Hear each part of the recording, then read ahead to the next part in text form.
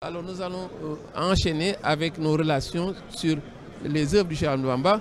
Aujourd'hui, nous abordons une nouvelle œuvre. Il s'agit de Muqaddamatul Amdah, Fil Madaya Miftah, les prémices des éloges dans les mérites de celui qui est la clé. C'est le titre par lequel on désigne ce quatrième ouvrage qui fait partie des 5 que le vénéré Cheikh Abdou Lahad avait choisi et en avait fait une commande de traduction. Et aujourd'hui donc nous abordons le 4e, il ne reste que le 5e, Mouwahiboun Nafi'. Et la particularité c'est que c'est un poème qui s'invite beaucoup dans les séances de déclamation lors de la nuit de la naissance du prophète, le Mawlud, parce que simplement c'est le contenu qui va de pair avec, n'est-ce pas, cette nuit-là. Et il faut dire que c'est un véritable panégyrique à l'état pur, hein, pour parler presque un langage publicitaire, mais c'est un panégyrique à l'état pur. Le poème est fortement marqué par le panégyrique et tout le reste va le prouver. En ce qui concerne les critères formels, c'est un titre propre que le poème a, Muqaddamatul Amdah, Fil Madaya Miftah. Donc c'est un titre propre, à la différence de Assirou qui n'en a pas, à la différence de Midadi qui n'a pas ce titre propre. Et il faut dire que véritablement, c'est un poème qui est également écrit dans la métrique Tawil. La métrique Tawil, c'est tous les œuvres qui se déclament comme Yasurru, comme Yaqini ilal Jannati. Je crois que ces deux exemples sont suffisants pour le prouver. Il s'agit également d'un acrostiche. C'est l'acrostiche d'un verset, un verset très marquant, Wa innaka la'ala khuluqin azim. C'est un verset, c'est le 4e verset de la sourate 68. La sourate 68, c'est la sourate Al-Qalam, la plume. Et c'est dans ce verset, c'est dans cette sourate que Allah le Très-Haut, le pionnier, le premier, a dit, n'est-ce pas, du prophète qu'il est d'une vertu éminente. Tu es certes d'une vertu éminente, c'est ainsi qu'on traduit le verset. Et véritablement, nous sommes également dans un acrostiche particulier. Dans Midadi, nous avions montré qu'avec Midadi, le cheikh prend un vers, une lettre et fait un tercet. Cette fois-ci, la technique d'écriture est encore plus corsée puisque à partir d'une seule lettre, le cheikh confectionne 12 vers. 12 vers donc, chaque lettre est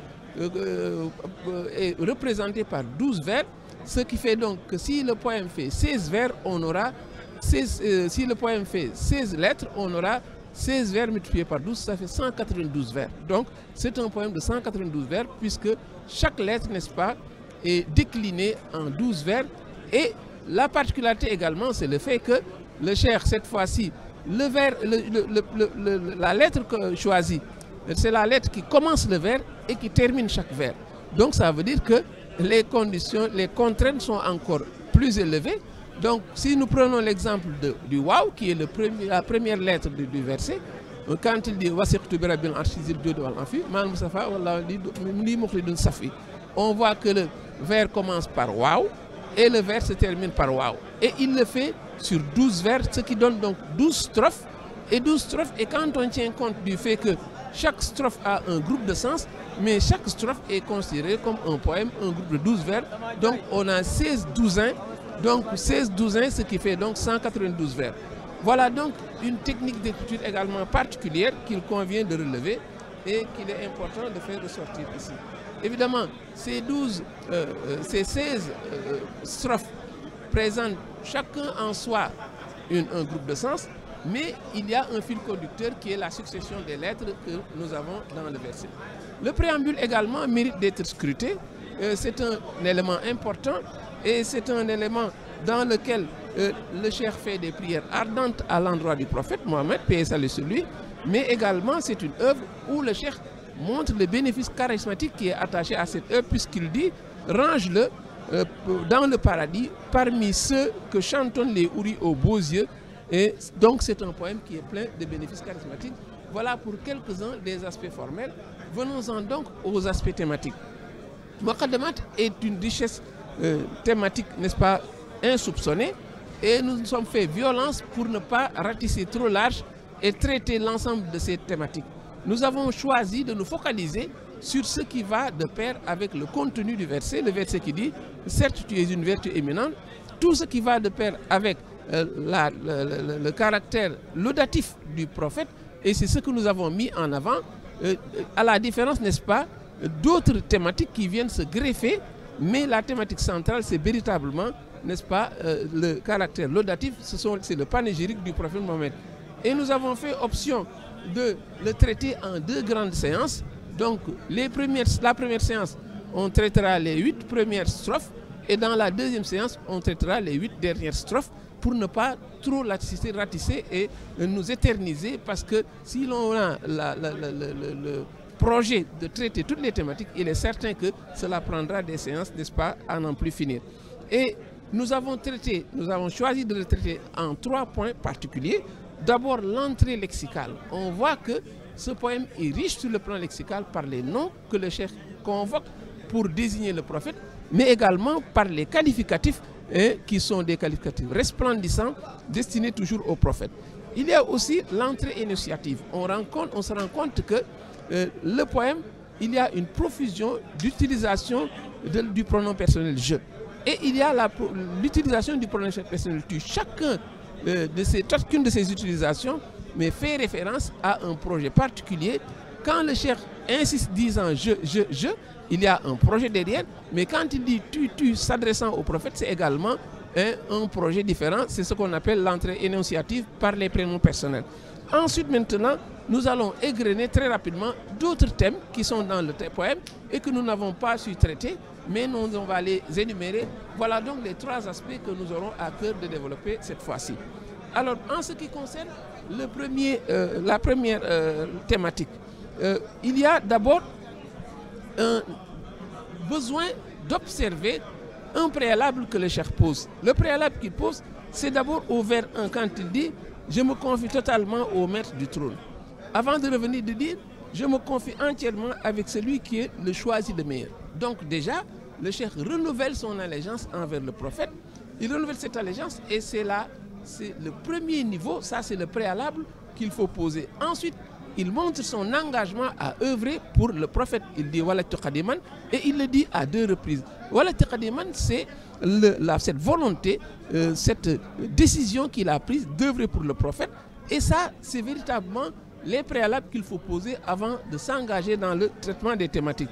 Là, le cheikh campe le décor, il dit son état d'âme et décline l'ambition d'un poète qui est véritablement engagé à œuvrer pour le prophète. Voilà donc ce préalable.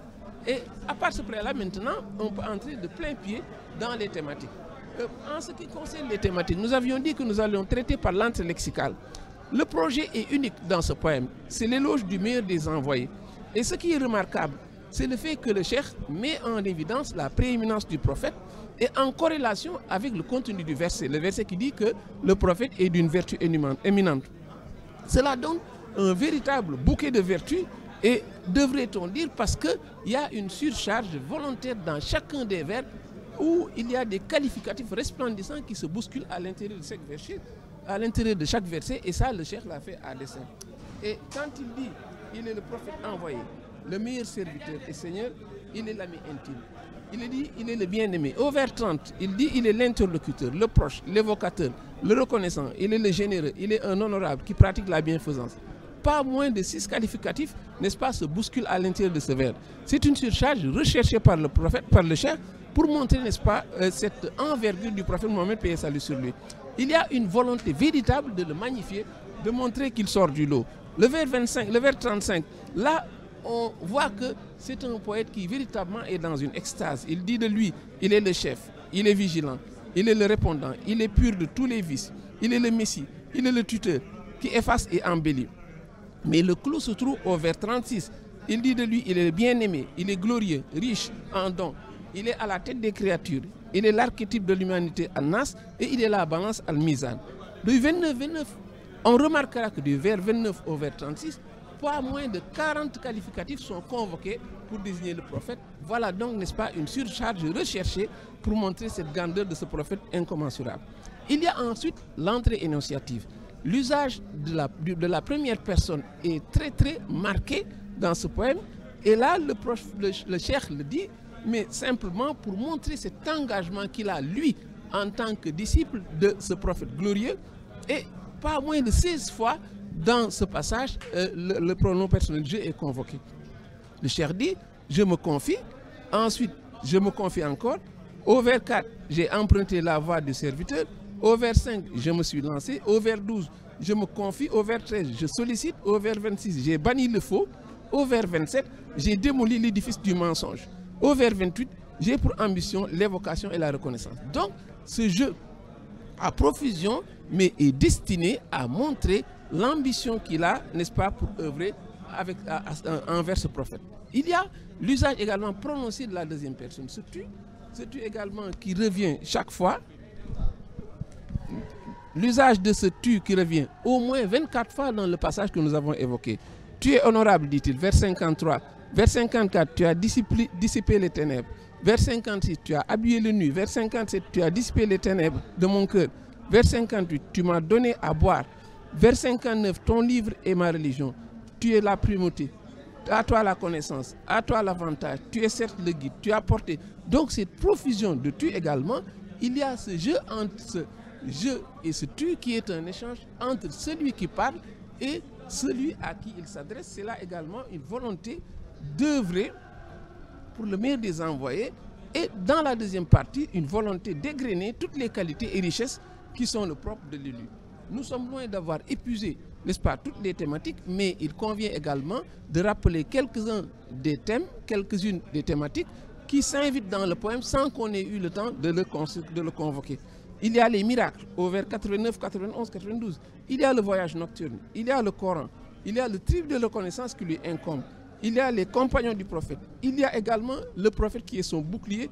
Et enfin, le malaise qu'il sent et qu'il redit toujours à ne pas pouvoir dire le prophète, à dire ses louanges comme il se doit. C'est un malaise profond qu'il vit, mais qu'il a évoqué. Nous sommes donc sûrs de n'avoir pas tout traité, mais nous reviendrons dans une autre relation pour convoquer encore d'autres thématiques devant ce poème qui est d'une richesse incommensurable. Merci de nous avoir suivis. À bientôt, à demain et bon Ramadan à tous.